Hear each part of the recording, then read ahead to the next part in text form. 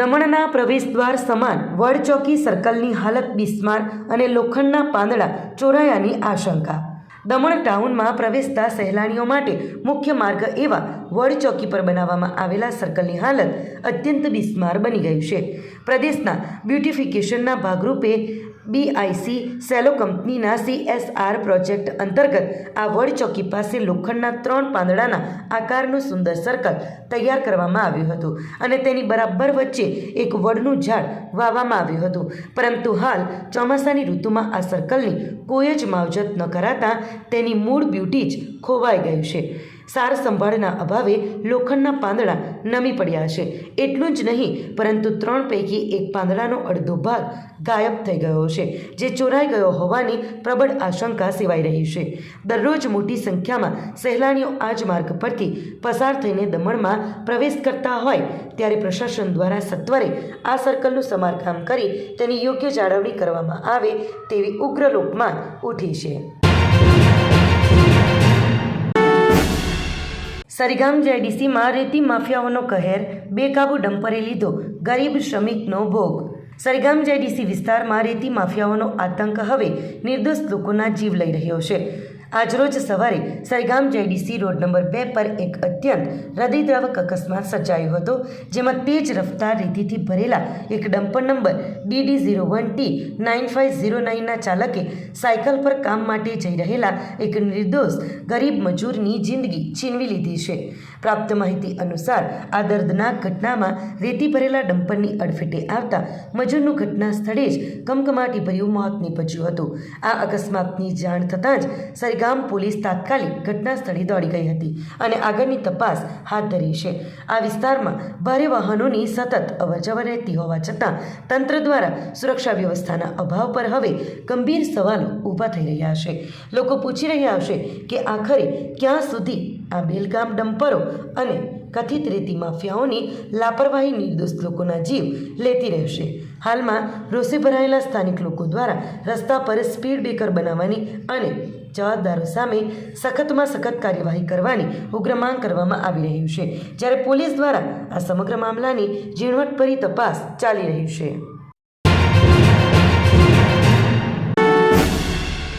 વલસાડના ચીચવાડા ગામમાં બિલ્ડરને ફાયદો કરાવવા સરકારી ગૌચરણની જમીનમાં ગેરકાયદે રસ્તો બનાવતા વિવાદ, સરપંચ અને તલાટીએ ચોંટાડી નોટિસ। વલસાડ તાલુકાના ચીચવાડા ગામે એક બિલ્ડરના મહાકાય પ્રોજેક્ટને લાભ કરાવવા માટે સરકારી ચોપડે ગૌચરણ હેઠળ ચાલતી સરકારી જમીનમાં ગેરકાયદેસર રીતે રસ્તો પહોળો કરવાનો વિવાદ સામે આવ્યો છે। સ્થાનિક ઇસમો દ્વારા આ કામગીરી કરવામાં આવી રહી હોવાની ચર્ચા ગ્રામજનોમાં જોરશોરથી ચાલી રહી છે। પાનેરા ગામે રહેતા વિરેન્દ્રભાઈ વિનોદભાઈ શુભાએ પાનેરા પાર્ટી અને ચીચવાડા જૂથ ગ્રામ પંચાયતના સરપંચ અને તલાટીને એક લેખિત ફરિયાદ કરી છે। તેમણે જણાવ્યું કે ચીચવાડા ગામના સીમાડે તેમની ખેતીલાયક જમીન આવેલી છે। ત્યાં અશોક વાટિકા સોસાયટીથી સ્વસ્તિક વિલાસ સોસાયટી તરફ જતો આશરે 10 ફૂટ પહોળાઈનો હયાત રસ્તો હતો। કોઈ ત્રાહિત ઇસમો દ્વારા આ રસ્તાને 35 ફૂટથી વધુ પહોળો કરવા માટે તેમની તથા અન્ય ખેડૂતોની જાણ બહાર જમીનના તાર કમ્પાઉન્ડને JCB વડે તોડી પાડવામાં આવ્યા છે। એટલું જ નહીં, સરકારી ગૌચરણની જમીનમાં ઉગેલા ઝાડોને પણ મનસ્વીપણે કાપી નાખીને ખોદકામ શરૂ કરી દેવાયું છે। અરજદારે આ રસ્તો સરકારી, ખાનગી કે ગૌચરણની જમીન પર બની રહ્યો છે તેની સંપૂર્ણ માહિતી આપવા માંગ કરી છે। આ મામલે સ્થાનિકોની મૌખિક રજૂઆત બાદ સરપંચે તારીખ 4/7/2024ના રોજ અને ત્યારબાદ વિરેન્દ્ર શુભાની તારીખ 15/7/2026ની લેખિત રજૂઆતના પગલે પાનેરા પાટી ગ્રામ પંચાયતના સરપંચ તલાટીએ કાર્યવાહી કરી હતી। જો કે પંચાયતે કોઈ ચોક્કસ વ્યક્તિ કે સંસ્થાના નામનો ઉલ્લેખ કર્યા વગર જ એક જાહેર નોટિસ તૈયાર કરી ઘટના સ્થળે વીજ પોલ પર ચોંટાડી દીધી હતી। આ નોટિસમાં જણાવ્યા અનુસાર ચીચવાડા ગામે સર્વે નંબર 310-311 કુલ ક્ષેત્રફળ 1/69 વાળી જમીન ગ્રામ પંચાયતના રેકોર્ડ મુજબ ગૌચરણ હેઠળની છે। પંચાયતે સ્થળ તપાસ કરતાં ત્યાં રસ્તો પહોળો કરવાનું કામ ચાલુ હોવાનું જણાયું હતું। આથી આ કામગીરીને તાત્કાલિક અસરથી બંધ કરવા આદેશ કરાયો છે અને જો સક્ષમ અધિકારી તરફથી કોઈ પરવાનગી મેળવી હોય તો તે દિન 3 માં રજૂ કરવા તાકીદ કરવામાં આવી છે। એ લોકો બોલે છે કે આટલા વર્ષથી રસ્તો છે જ અહીંયા, પણ અમારા સાઈડે રસ્તો બોલે છે કે આ ચીચવાડાનો રસ્તો છે. તો આ રસ્તો કરવા પહેલા અમને પરવાનગી બી નથી આપી, કોઈ પેલું બી નથી કર્યું, જાણકારી બી નથી કરી, માપણી બી નથી લાવ્યા, કઈ જ નથી કર્યું ને એ લોકોના મનમરજી રીતના કરતા છે. એટલે અમારી માંગ એ છે કે માપણી કરીને તમે કરો, અમારું નીકળશે તો અમે આપવા તૈયાર છે, અમે ના નથી પડતા. એવું રીતના કેવા માંગે છે અમે. હા, એ અમારા ચીચવાડાના લોકો કરતા છે. જે વાડ હતી ને એ વાડ અમારી કાઢી નાખી છે. માલિકીની વાડ હતી, વર્ષોથી અમારી આજ એક જ વાડ હતી, એ વાડ કાઢી નાખી. એ પેલા અમે એમને કીધું કે અમારી વાડ કાઢ્યા તો ખુલ્લી થઈ જાય.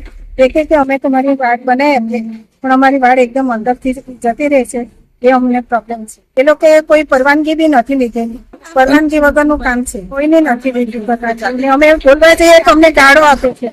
અમે મહિયાવંશી જાતિના છે અને અમને એકદમ અમારી પર. વલસાડમાં મહિલાઓ રડી પડી, યુવાનોએ હાથ જોડીને આજીજીઓ કરી.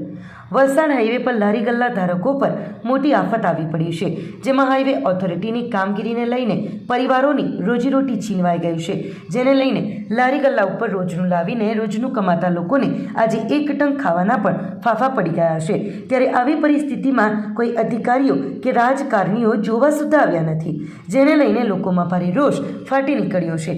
કારણ કે વલસાડ જિલ્લામાંથી પસાર થતા નેશનલ હાઈવે પર રસ્તાની બંને બાજુ આવેલા સર્વિસ રોડ ઉપર થયેલા ગેરકાયદેસર દબાણોને દૂર કરવાની વ્યાપક કામગીરી હાઈવે ઓથોરિટી દ્વારા શરૂ કરવામાં આવી છે. આ અભિયાન અંતર્ગત વલસાડના અતુલ, પારનેરા સહિત જિલ્લાના વિવિધ વિસ્તારોમાં હાઈવેની આસપાસ આવેલા દબાણોને દૂર કરવા માટે યુદ્ધના ધોરણે કામગીરી હાથ ધરવામાં આવી રહી છે. મળતી માહિતી મુજબ વલસાડ જિલ્લામાં આશરે 70 કિલોમીટર જેટલા નેશનલ હાઈવે વિસ્તારને દબાણ મુક્ત બનાવવા માટે આયોજન કરવામાં આવ્યું છે. હાઈવે ઓથોરિટીએ આગામી 45 દિવસની અંદર સમગ્ર કામગીરી પૂર્ણ કરવાનો લક્ષ્યાંક નક્કી કર્યો છે. આ કામગીરીના ભાગરૂપે હાઈવે અને સર્વિસ રોડ ઉપર ધમધમતા લારી ગલ્લા, કેબિન તેમજ અન્ય ગેરકાયદેસર રીતે ઊભા કરાયેલા વ્યવસાયિક એકમોને દૂર કરવાની કવાયત તેજ કરવામાં આવી છે.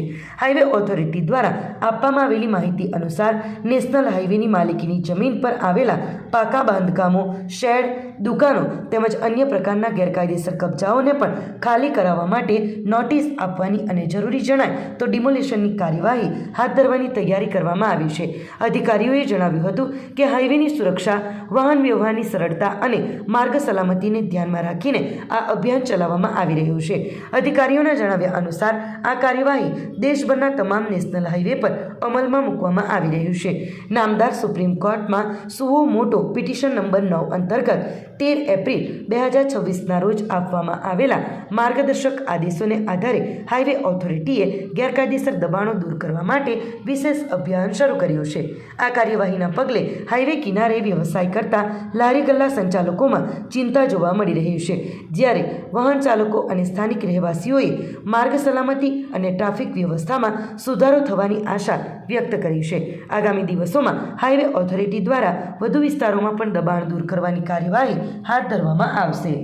સાહેબ, રોજગાર નથી અહીંયા ને સાહેબ આ જો ને આ બધું થઈ ગયું છે અને સીતાના વરના માણસ પર નીતાનું કામ થતું છે, મોટા મોટા અધિકારીઓનું કામ થતું છે અને મોટી મોટી કંપનીઓ માટે બિચારા જે રોજગાર ગરીબ લોકો છે એ લોકોના માટે આ મુસીબત લાવીને જીસીબી ચલાવી રહ્યા છે.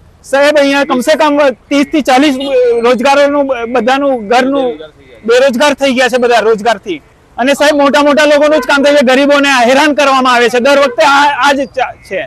લોકો બધા રડતા છે. જોવો સાહેબ, તમે વિડીયોમાં જોઈ, કોઈ સરકારી અધિકારી કે કોઈ અહીંયા આવ્યું નથી, હાજર નથી અહીંયા સાહેબ. અમારું બી કોઈ જોઈએ. મારા પપ્પાની ડાયાલિસિસ ચાલે છે સાહેબ, 2 વર્ષથી આઈસીયુમાં અઠવાડિયુંથી ભરતી છે સાહેબ. હિલફોર્ટ હોસ્પિટલમાં આઈસીયુમાં ભરતી છે. અમે ક્યાંથી સર પૂરું પાડી શકીએ બોલો સાહેબ? રોજગાર મળતો બી નથી એમબી ને. અને જે ભજીયા તળવા કીધેલા તે ભજીયા હવે કાં તળીએ? અમે તો કાં તળીએ ભજીયા? હવે ભજીયા તળવા કીધા, હવે કાં તળીએ ભજીયા? આગાડી સર અમારા પાસે કોઈ અમે બધા જગ્યાએ સરપંચ થી લઈને બધા જગ્યાએ તલાટી થી કોઈ અમારે અહીંયા પાસે કોઈ કઈ આવતું નથી સાહેબ. અમારાથી દૂર ભાગી રહ્યા છે બધા. એવી નેતાગીરી, અમારા વોટ લઈને બધા દૂર ભાગી રહ્યા છે. આજે અમને કામ નહીં આપશે તો ક્યારે આપશે સર? આજે વોટ લઈને અમને હેરાન કરવામાં આવે છે. અમને મદદ કરવા જોઈએ તો એ લોકો બધા મોટા મોટા નેતા લોકોને ઉદ્યોગો લોકોને સપોર્ટ કરે છે, અમને નથી કરતા સપોર્ટ. હાઈવે થી કહે છે 32 મીટરમાં અતુલ કંપનીની દિવાલ આવે છે, એ નથી તોડતા, ખાલી ગરીબોને હેરાન કરવા માંગે છે. સાહેબ હસબન્ડ નથી, મારું સાસુ સસરા બી નથી, મેં મમ્મીના ઘરે જ રહેતી છે. મારે 3 છોકરાનું કરવાનું છે, તો હવે મેં ક્યાંથી લાવું સર? મારે 3 નું કરવાનું છે. મારું આના પર જ ચાલે સર, કોઈ જ કઈ નથી. મારા હસબન્ડ ને એવું કોઈ નથી છે, કોઈ જ નથી છે. તો અમારે એ જ માંગ છે કે હવે સરકારને કે તમે અમને જગા આપો સાઈટમાં, કે અમે અમારું પરિવાર ચલાવીએ. બીજો કઈ રસ્તો જ નથી કે જમીન હોય તો જમીનમાં બી કરીએ સર, પણ હવે જમીન બી નહીં હોય, હવે કઈ જ નહીં, એના પર જ ધંધો અમારો ચાલતો છે. કઈ નહીં, સરકારને એ જ કહેવા માંગીએ કે અમને જગા કરી આપો, કે અમે અમારું પરિવાર ચલાવીએ અગાડી, ને તો પછી અમે ખાવાના હું સર. મારા પર જ ઘર ચાલતું છે મારું. મારા છોકરા લોકો છે ને મેં છે, અમે 4 જણા જ છે. ઇન્સ્ટાગ્રામ પર કોપીરાઇટનો ડર બતાવી વલસાડના ઇન્ફ્લુએન્સર પાસે 10 લાખની ખરણી માંગતા 3 શખ્સો સામે ગુનો દાખલ. સોશિયલ મીડિયાના જમાનામાં સાયબર ગુનાઓ અને બ્લેકમેલિંગના બનાવો વધી રહ્યા છે, ત્યારે વલસાડ રૂરલ પોલીસ મથકે એક ચોંકાવનારી ફરિયાદ નોંધાઈ છે. વલસાડના એક યુવા ઇન્સ્ટાગ્રામ ઇન્ફ્લુએન્સરને તેના પેજ પર કોપીરાઇટ સ્ટ્રાઇક આપી પેજ ડિલીટ કરાવી દેવાની ધમકી આપીને 10 લાખ રૂપિયાની ખંડણી માંગવામાં આવી હોવાનો મામલો સામે આવ્યો છે. આ ઉપરાંત વલસાડમાં પ્રમોશનના વિડીયો ન બનાવવા બાબતે પણ જામથી મારી નાખવાની ધમકી અપાઈ છે. પોલીસે આ મામલે 3 આરોપીઓ સામે ગંભીર કલમો હેઠળ ગુનો નોંધી તપાસ હાથ ધરી છે. પોલીસ ફરિયાદ અનુસાર ગુંદલાવમાં રહેતા અને છેલ્લા 6 વર્ષથી વલસાડ વ્યૂઝ નામનું ઇન્સ્ટાગ્રામ અને ફેસબુક પેજ ચલાવતા 21 વર્ષીય રિતિક સુરેન્દ્રભાઈ સાહુએ 27મી મેના રોજ ઉમરગામના Shreyansh Yadav city of Valsad page પાસે વલસાડ રેલવે સ્ટેશનનો ડ્રોન વિડીયો શૂટ કરાવ્યો હતો. આ કામના નક્કી થયેલા રૂપિયા પૈકી રિતિકે મોટાભાગના નાણાં ચૂકવી દીધા હતા, પરંતુ વિડીયો વાઇબ્રેટ થતો હોવાથી બાકીના 700 રૂપિયા આપવાની ના પાડી હતી. ત્યારબાદ શ્રેયાંશ અને વલસાડના અન્ય એક આરોપી નિકુંજ સરદારસિંહ મીનાએ મળીને તે ડ્રોન વિડીયો પોતાના પેજ પર કોલાબરેશન કરીને અપલોડ કરી દીધો હતો.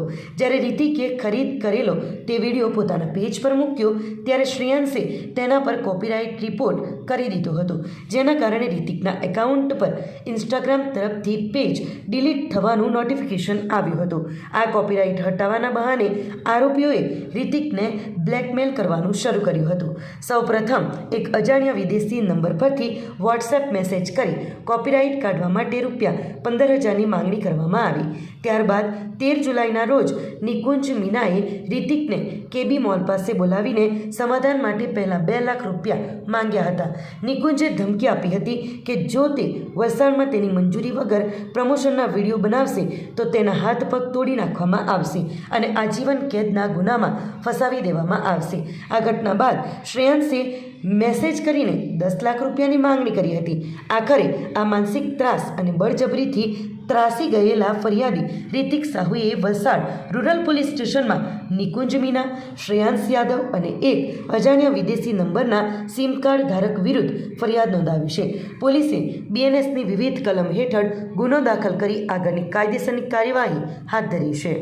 હું વલસાડ વ્યૂઝ કરીને એક પેજ ચલાવું છું, જેમાં લગભગ 84,000 જેવા ફોલોઅર છે. ને આજે વલસાડ વાસી એટલે કે નિકુંજ મીના અને શ્રેયાંશ યાદવ એટલે કે સિટી ઓફ વલસાડ જે સ્કેમ રેકેટ ચલાવતા હતા એનો આજે હું ભોગ બન્યો છું. શ્રેયાંશ યાદવ પાસે ડ્રોન છે. શ્રેયાંશ યાદવથી મેં વેચાતા ડ્રોન ક્લિપ લીધા હતા વલસાડના, જે મેં મારા પેજ પર નાખ્યા, અને વલસાડવાસી અને શ્રેયાંશ યાદવ બંને મળીને મારા પેજ પર લગભગ 5 થી 6 કોપીરાઇટ માર્યા, અને એ કોપીરાઇટના લીધે મારો પેજ ડિલીટ થવાનો મને ભય થયો. અને મેં એમને કીધું કે તમે આ ક્લિપ્સ કાઢી મૂકો, એટલે જે કોપીરાઇટ હતા એ કાઢી મૂકો. તો એમણે મારાથી લગભગ 10 લાખ રૂપિયાની માંગ કરી. મેં એમને કીધું કે મારા પાસે એટલા પૈસા નથી. તો એમણે મને કીધું કે તને તારાથી જે થાય તે તું કરી લે, અમારી બહુ ઓળખાણ છે, અમે જોઈ લેશું. એટલે હું આ બધી વસ્તુથી કંટાળીને આજે હું રૂરલ પોલીસમાં આવીને મારી ફરિયાદ દાખલ કરાવી છે. અને આ બધી બાતોના પુરાવા મારા પાસે બધા છે. જ્યારે મેં વલસાડ પોલીસને આ બધી બાબતો વિશે જણાવ્યું તો એમણે તરત જ મારી ફરિયાદ લઈ લીધી, અને વલસાડ પોલીસનો મને ખૂબ જ સપોર્ટ મળ્યો છે. મારી તમારા બધાથી એક જ માંગ છે કે આ વલસાડવાસી જે રેકેટ ચલાવતો છે એનાથી બચો અને આવા લોકોને તમે દૂર કરો.